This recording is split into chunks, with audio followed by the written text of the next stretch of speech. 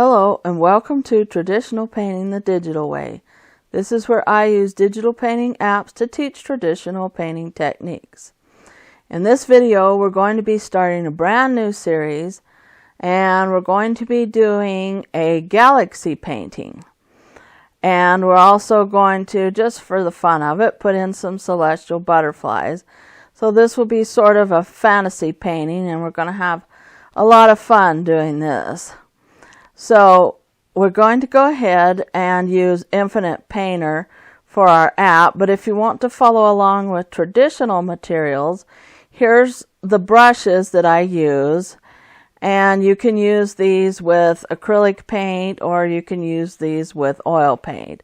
I usually use acrylic paint, so these are the brushes that I prefer to use. And we're also going to be using a canvas board, and I prefer canvas board, but you can also use stretched canvas, wood, whatever you want. It's just your own preference. And then here are the acrylic paint colors that I use, and I mainly use Grumbacher Academy colors with acrylics, but you can also use Liquitex. Just keep in mind that the color names might vary from brand to brand. So here we are using Infinite Painter, and I'm loading up a bunch of my photo references that I got, and so I want to go ahead and start painting the background galaxy. And you can get a bunch of these photo references from NASA. NASA also has royalty-free photos of all their pictures that they take through their satellites. So what we want to do is start out with a dark background, and you don't want to use pure black for this. You want to use either a very dark blue, a very dark red, throw in some dark purples, some dark greens, and you can use your number 8 bristle brush, or you can use the 1.5 inch flat brush for this if you're following along traditionally with acrylics. And here you just kind of want to blend them all together, and you want to make sure that there's no harsh edges or anything, so just go ahead and blend them together. And I use the filbert brush or old oils and Infinite Painter. I don't mind if there's some brush strokes when we're doing this digitally, because it just gives it more of a painterly look. But we want to go ahead and just kind of blend all these together and use sort of an X-shaped stroke. And this will just make it blend a lot better, and also kind of make it look like there's hydrogen particles or nebulas in the background, so you get a little bit of color to your space, your outer space look. So then after you've got the background for your outer space, we want to go ahead and try to add some stars and planets, galaxies, but they're all going to look like little pinpoints. So I want to go ahead and use a spray brush for that. And if you're following along traditionally, you can use an old toothbrush and just make up a mixture of white acrylic gesso with a little bit of cadmium yellow light, maybe throw in some cadmium red light, and splatter that all over your canvas with a toothbrush.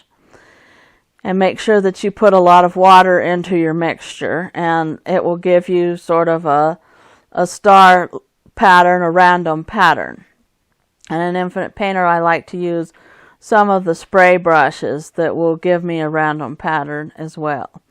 Now here I'm trying to put in some nebulas, and I like to put in nebulas because that just adds a lot of character to your outer space. You want to put in those because a lot of the nebulas are real pretty colors. They're bright pinks, oranges, greens, blues. And again, you can get these photo references from NASA. And so I wanted to go ahead and use the cloudy brush to lay down the background for the nebula there.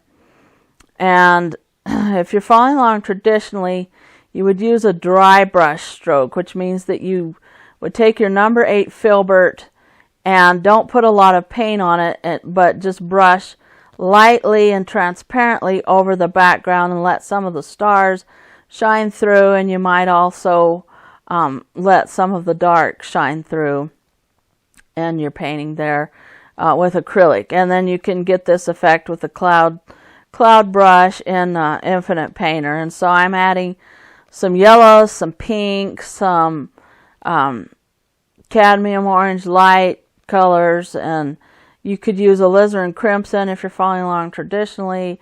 Use cadmium orange light, use cadmium yellows. You can use alizarin crimson. I think I said that before. Anyway, ultramarine blue, those kind of colors. You want some yellows, some pinks. You can even throw in turquoise and greens if you want to. I just went ahead and put in a lot of pinks and peach colors and a little bit of yellow. And then here I have some photo references of the galaxies. So we want to go ahead and put in a few galaxies, and I like the spiral arm galaxies that are kind of like the Milky Way.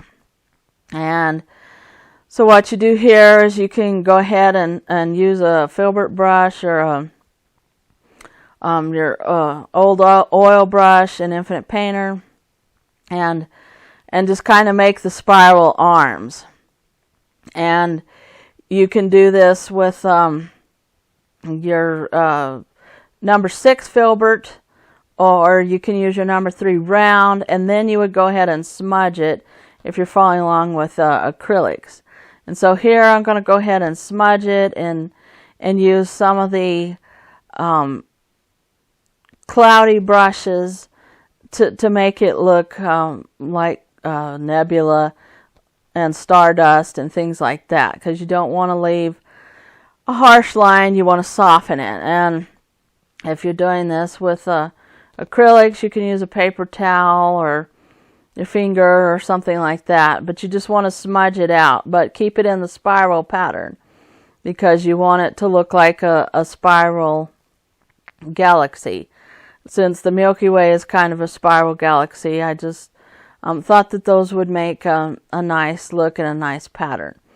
So here I'm adding another one that has a little bit of a peach colored center and some blue, and also it's got pink arms, and so I'm just kind of adding that. Same way, use the filbert brush or old oil, and then go ahead and smudge it with the cloudy brush or old oil, something that will smear it, because you want it to look kind of smeared. And here I just kind of went back with the eraser a little bit and erased some of that out, and then went back again with the smearing brush there. And you just kind of want that look of a spiral armed galaxy. Now you can do other ones if you want to. I just think that those are neat, so I put them in sort of the corners of the picture just to add some interest. You want the viewer's eye not to wander off of your painting, so I'm putting those down in the corners, and then you want to go ahead and maybe add just a little bit more. Here I'm using that purple galaxy, and I'm adding a little bit more to it, blues and purples. Again, keep using your number 6. You can use your number 6 filbert brush or number 3 round. Just make sure that you smudge them if you're following along with your acrylics. And then here I'm just using the smudge brush, and then I wanted to make some stars, and I added those with a little bit of a pinkish color, and just kind of smear those around, and just kind of keep that spiral looking shape, and make sure that there's that you kind of keep a brighter star at the center there, because that shows the center of the galaxy, or the star that is the galaxy there, the center of the galaxy there. And so I'm just kind of stepping back here, pinching it down, stepping it back so I can see what it looks like. And then I want to start adding some planets. And You don't need to add a lot of planets, but it's fun to add a few, and also I like the ones with the rings because they just look neater, and so I like Saturn, and Jupiter has a nice red spot on it, and so I'm just using some of those to kind of get a neat look there. But you don't want to make these planets real big because they'll be smaller than some of the great big galaxies. So you just kind of want to keep them small, put them in the corners, make more eye stoppers, which is what you call elements in your painting that you want to keep the viewer's eye traveling around in your painting and not getting bored. So here I'm just kind of trying to add some yellow colors. You can use cad yellow light, some cadmium orange, throw in some blue, ultramarine blue if you're following traditionally. Use a number 4 flat brush kind of, and just smear these colors. And you can use your filbert brush or old oil brush in Infinite Painter. And I'm using the guide to make the planets round. And if you want to make your planets perfectly round, when you're painting traditionally, you can use a bottle cap or just something that has a little bit of a round circle there, and it gives you the line and a good guide so that you don't get it oval looking or too out of proportion there. And that's what I'm doing here. And then I'm just adding a little bit of the rings, and you can use something else for another guide, like maybe just get a compass and actually make this circle on the outside if you want to go ahead and make it fairly uniform. You can try to freehand it if you want to, and that does work if you get it just right. But I'm using the guide in Infinite Painter here and using the oval. And I'm adding different colors and lines here, and you want different colors in the rings because it gives more of a neat look here. So I'm using light blue and a dark blue. You can use ultramarine blue, dioxazine purple if you're following along traditionally. And you'll have to draw it right the first time. Make sure that you don't get the back side of the ring that's supposed to go behind the planet on top of your planet. Now here, I decided I liked the angle a little bit better the way I've got it now. And so I was able to change it because I put it on a separate layer in Infinite Painter. If you do this traditionally and you don't like it, you can catch it real fast. If you're doing acrylic, you can wipe it off real fast. Otherwise, you'll just have to paint it over with some of the dark color in the background and try to match it, which is kind of hard to do, but it can be done. And so I just wanted to go ahead and kind of add a little bit more of the light blue back on the ring, and then put a little bit of some purple, just kind of make it, and then kind of smudge it. I want to smudge it a little bit because it's kind of, that helps it settle it down and look sort of three-dimensional.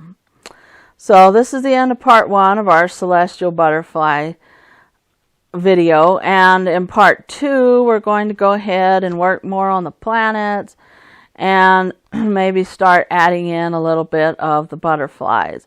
So if you want to see that, hit the subscribe button. And thanks everybody for watching. Thank you so much for your support. If you have any questions, just leave them in the comments down below, and I will catch you later.